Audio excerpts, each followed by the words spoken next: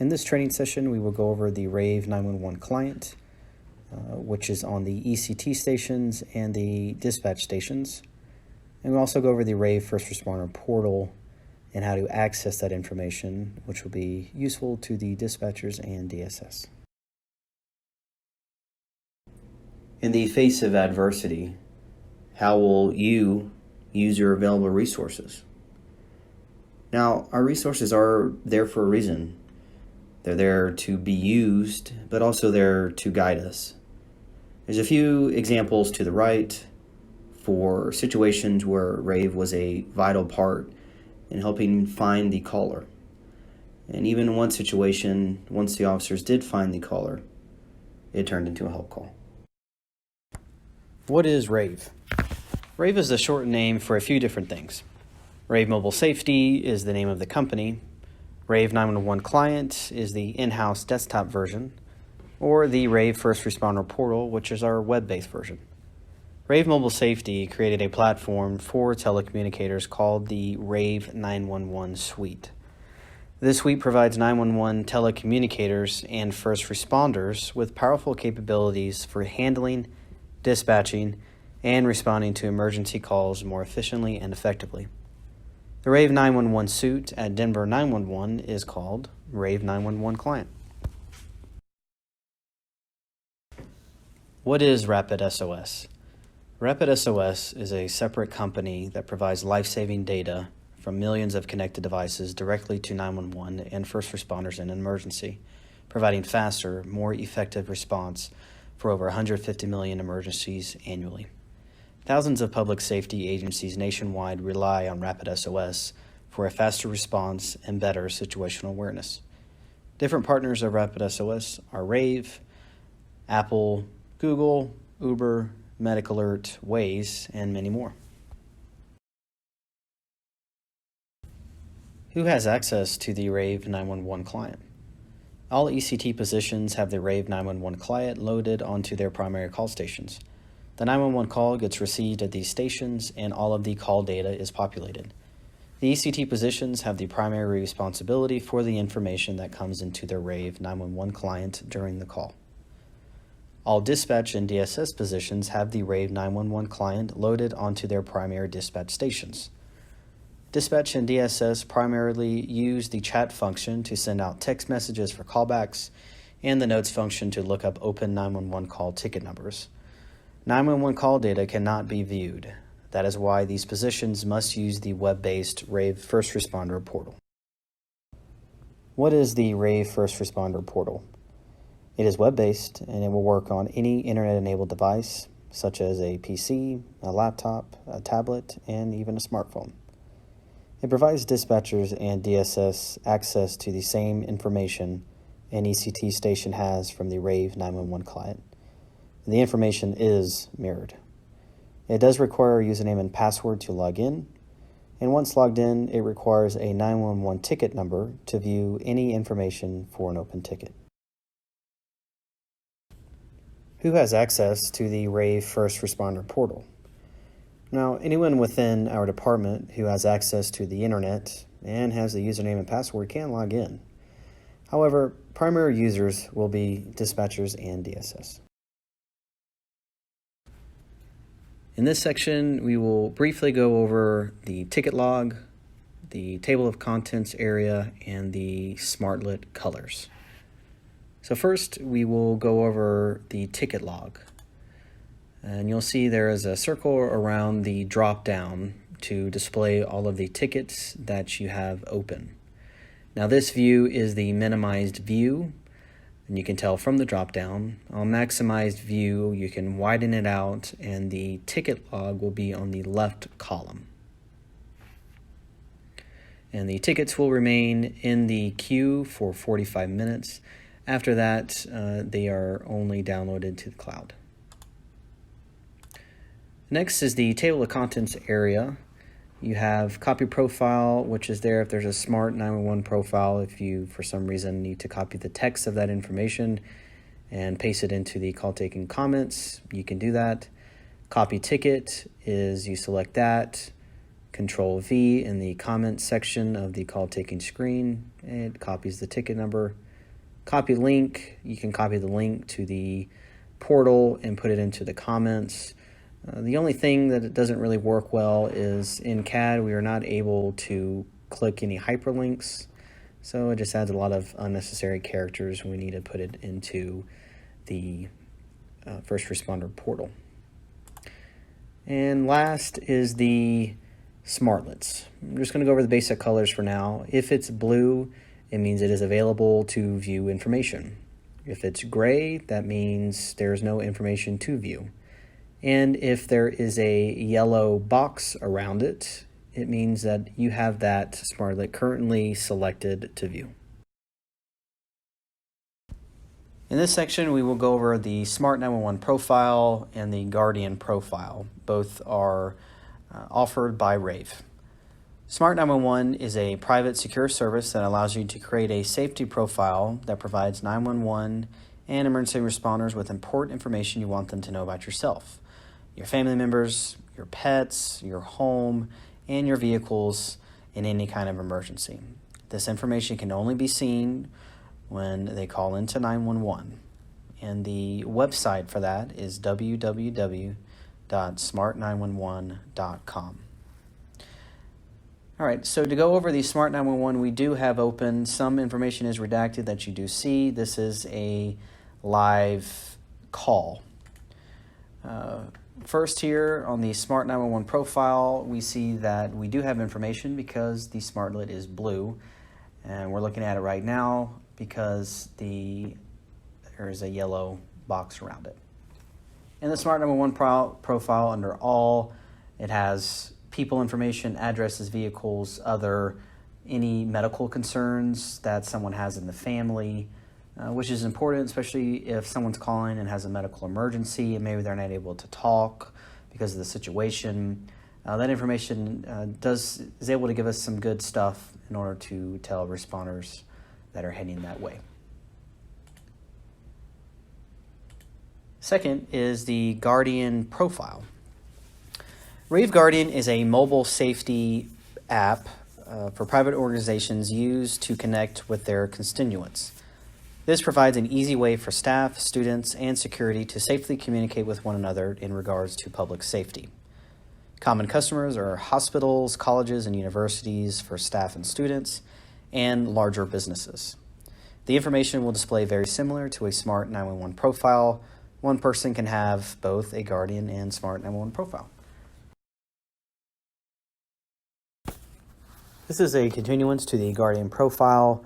This part just goes a little bit more into the app portion of it, which does have a lot of cool features.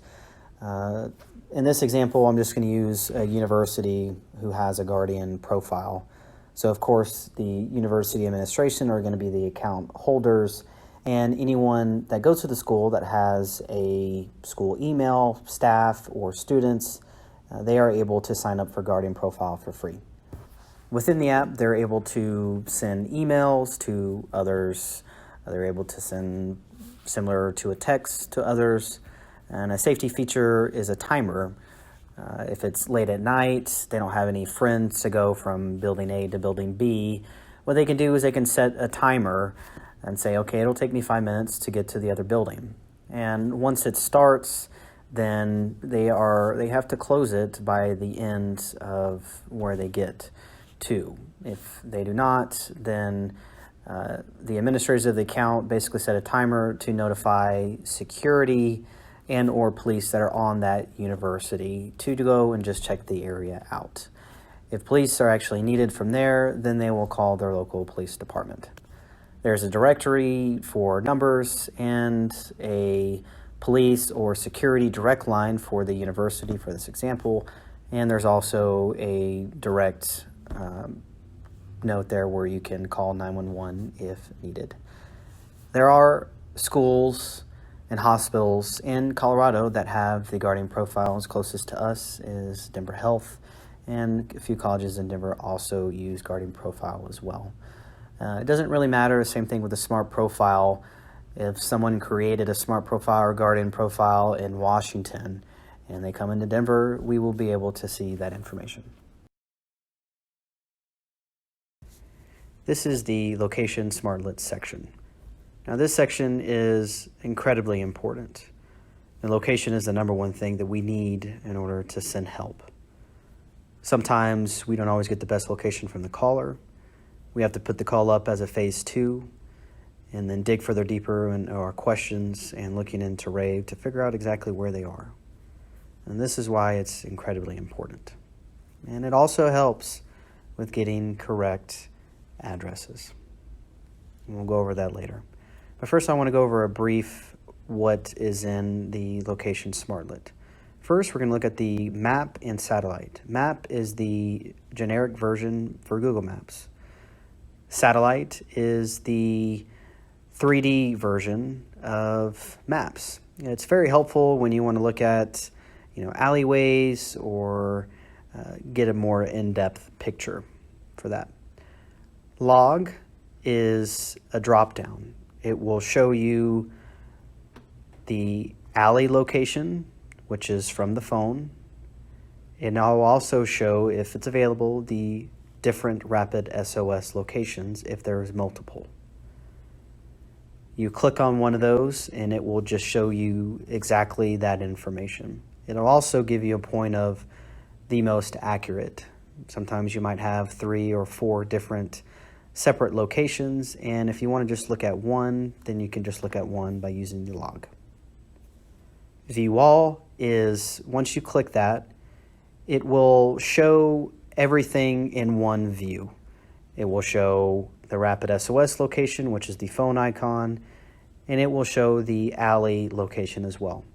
Now with this, if they are also calling with a smart 911 profile or even a Guardian profile, if you view all, it could also give you a location for their home address for an icon and any maybe business or school that they're associated with. It'll even give you an icon for that.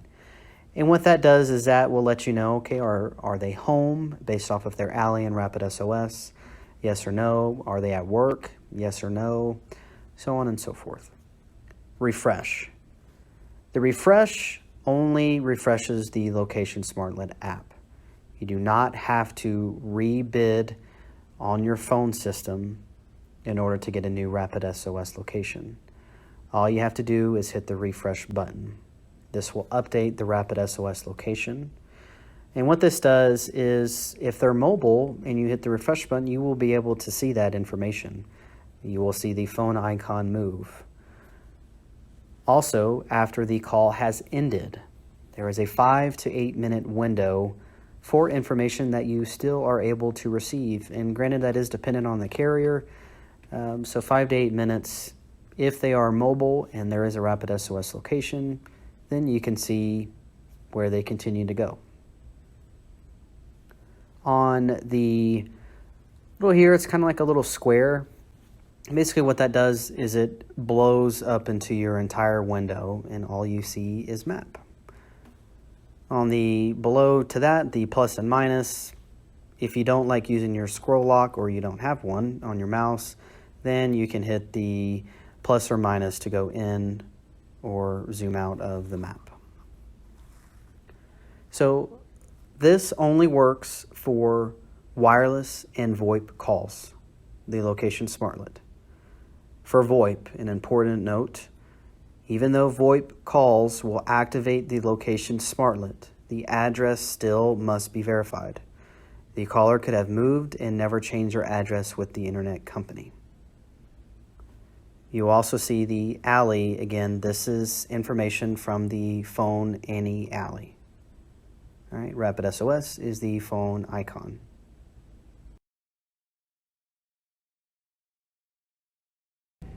Location Smartlet checks and balances for making sure you have a good address. So the caller gives us 45th in Peoria. Again, they give us 45th in Peoria. We can see that geo-verifies. We got the bullseye and the green arrow. Perfect. So now we go into our checks and balances. Our first check is Rave. Rave is required to be checked on all wireless calls.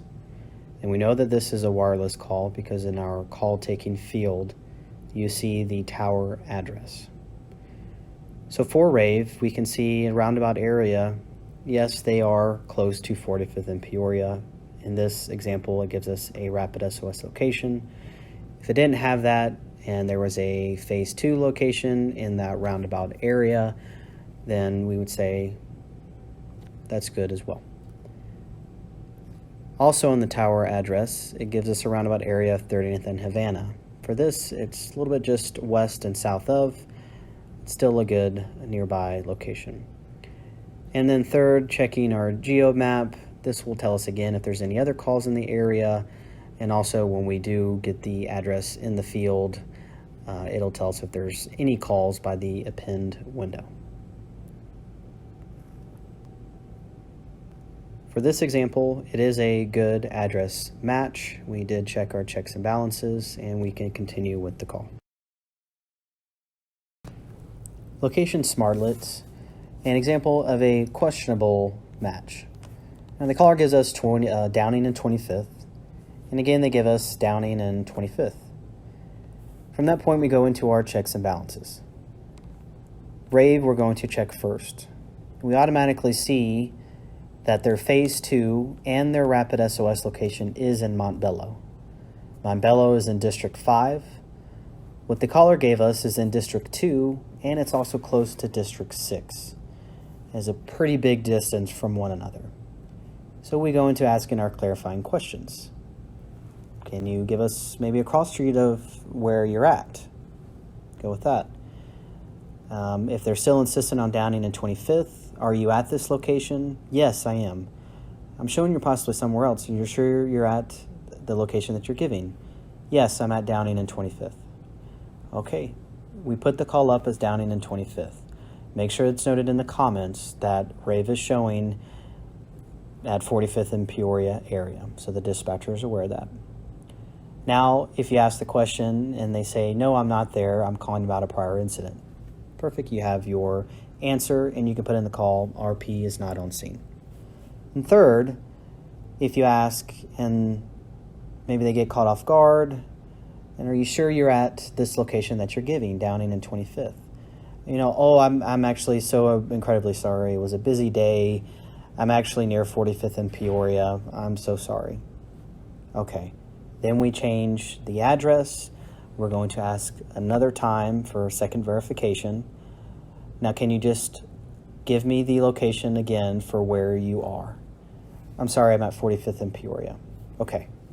Now all my checks and balances go through. Tower address is good. And we asked our clarifying questions for what appeared to be a questionable location. Location SmartLit, an additional feature that Google Maps provides us. On the right is going to be an image you will see either in the Rave client or the Rave portal. It's the satellite version of the ticket for the location SmartLit. Well, what I want to do with this is I want to find an actual address for where the Rapid SOS and the alley location is showing. All that they gave was 45th and Peoria. So how I do that is I find the nearest icon location. You left click on it, and for this one is the medical center. Left click on that, click the Google Maps, and it opens up a new Internet Explorer window with Google. So within Google, there are a couple things that we can do further. So let's say we want, again, the address for where the Rapid SOS and alley location is showing. All you have to do is click on the related building image and pops up a address. From that, we can open up a call taking window and check premise history, and of course make sure there's no safety concerns that we need to be letting officers know. Another thing, let's say they were at the location, but on the phone they're like, I'm going to Taco Bell. You're not really sure of where that is. If you really want, you can, in the Google Maps tab that you already have up, you can type in this in the search bar for the Google Maps, put in Taco Bell, and it'll show you the closest Taco Bell to where you are in the map. The chat function. Texting has become the most prevalent form of communication. This adds another way for employees to communicate with citizens in both emergency and non-emergency situations, and to better communicate with non-responsive or hearing-impaired callers. This does not work with business, PBX, payphone, VoIP, or resident call types. If by chance you do accidentally send one of these phone types a text message, you will get a reply stating it did not work. Chat custom commands have been built into the software. A new list was just recently sent out to everyone with what is available. Important to remember: if you send out a text, remember to check your messages to see if anyone replied. A red icon will appear in multiple areas. You can stop the conversation by selecting End Chat, or after 45 minutes, the session will expire and automatically close. Notes section. All phone number call history is located in this section under All History. A note can be attached to any phone number that calls into 911 by an employee or supervisor. Notes can be placed on frequent callers, combative callers, or etc. These do not replace caution notes in CAD. These notes are only an additional communication tool. For dispatchers and DSS, this is where you will find the 911 ticket number and put it into the RAVE First Responder portal. And just an important note, for the time stamp, it will be in Eastern Standard Time. The facility profile. Any school, business, government, facility, or commercial location can create a free and secure facility profile. These types of locations can also add on a feature for a fee called Rave Panic Button. The information provided by the administrator or administrators is within their discretion, but they can provide PDF files of building layouts, access instructions, AED locations, emergency response documents, emergency contacts, distribution lists for on-site personnel, and much more. Connected car with integrated Uber telematics. Uber partnered with RapidSOS to give us some really valuable information. The 911 assistance feature is available for both drivers and passengers. In order for the data to be passed through the RapidSOS clearinghouse, the user needs to call through the Uber app. So how this works, they're in the Uber app. There is a safety shield on the bottom right corner. They select that. Then they select 911 assistance. And finally, they will select Call 911. Once the user selects the Call 911, and we receive the call here at Denver 911, the information is going to come in through our connected car smart lid through Rave. Again, this is still information you can see both through the client version and through the portal version. So what it will show is the first icon will be red, meaning there is a possible Uber emergency. Within that profile, it'll give us vehicle information, driver and passenger information. At this time, Denver 911 does not have the feature of showing the from location to the to location within the Uber ride. Eventually, we will get that, but right now we do not have that. Again, it will show a RapidSOS location, and when you hit the refresh icon, it will give you an updated location, assuming that the Uber ride is mobile. Troubleshooting your Rave 911 client. So the first step you want to do is, if it's pixelated or if it's going really slow, you need to close it and then reopen it. To do that, you will find the Rave client icon on the lower right view for your taskbar. You will select that with your right mouse, click, and a window will pop up stating close. You select the close and it will completely disappear from your taskbar. Now to reopen it, you go to your desktop and you select the Rave icon and it will reopen. If the issue is still there, restart the computer. Once you rebooted it and the issue is still there, tell a supervisor and create a dispatch note for the issue.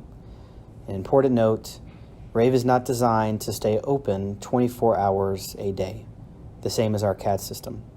The best rule of thumb is to close and reopen the Rave client at the beginning of your shift.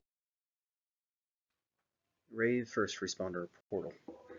Remember, the portal is a complete mirror of the Rave client. What the ECT stations see on their Rave for a 911 wireless call, dispatch sees also. The link is in the Denver 911 web pages folder on the admin computer desktop.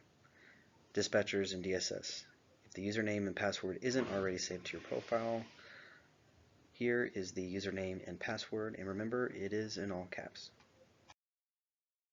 To view a Rave 911 ticket in the Rave First Responder portal, there are three options to look it up. The first option is sometimes the call takers will automatically put the ticket number in the call notes. When they do that, you can go automatically to step number 6 to get the information you need. Option number 2, the dispatcher can request the call taker to put in the ticket number in the call notes. Again, with that, you can shoot straight over to step number 6 and get the information you need. Option number 3. With this, follow steps 1 through 5.